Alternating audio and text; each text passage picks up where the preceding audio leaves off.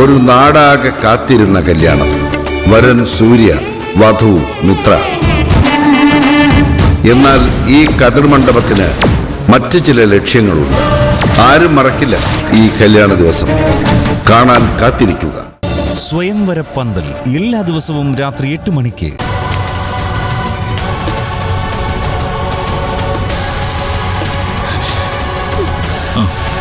Madam please, നിങ്ങൾ പറഞ്ഞതൊക്കെ ഞാൻ ചെയ്തിട്ടുണ്ട്.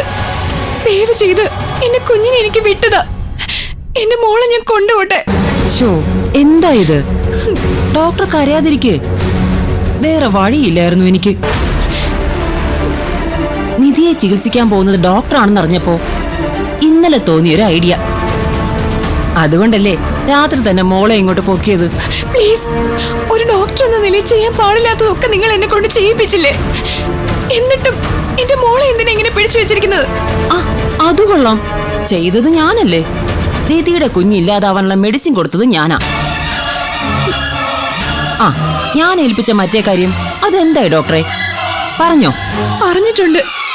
നിധി പ്രഗ്നന്റ് ആയിരുന്നില്ലെന്നും നിധിക്ക് ഒരു അമ്മയാകാനുള്ള കഴിവില്ല എന്നും പറഞ്ഞിട്ടുണ്ട്.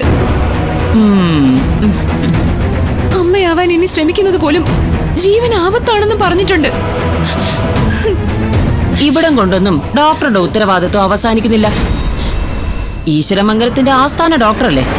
അപ്പോ ഇനി നിധി ചികിത്സയ്ക്കായി വരുന്നത് ഡോക്ടറിന്റെ അടുത്ത് തന്നെ ആയിരിക്കുമല്ലോ.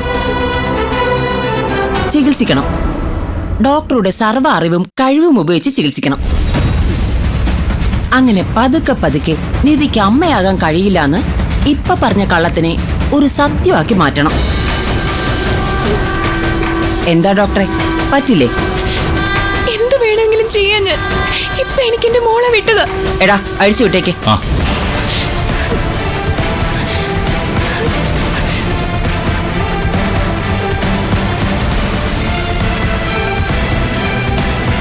മോളെ,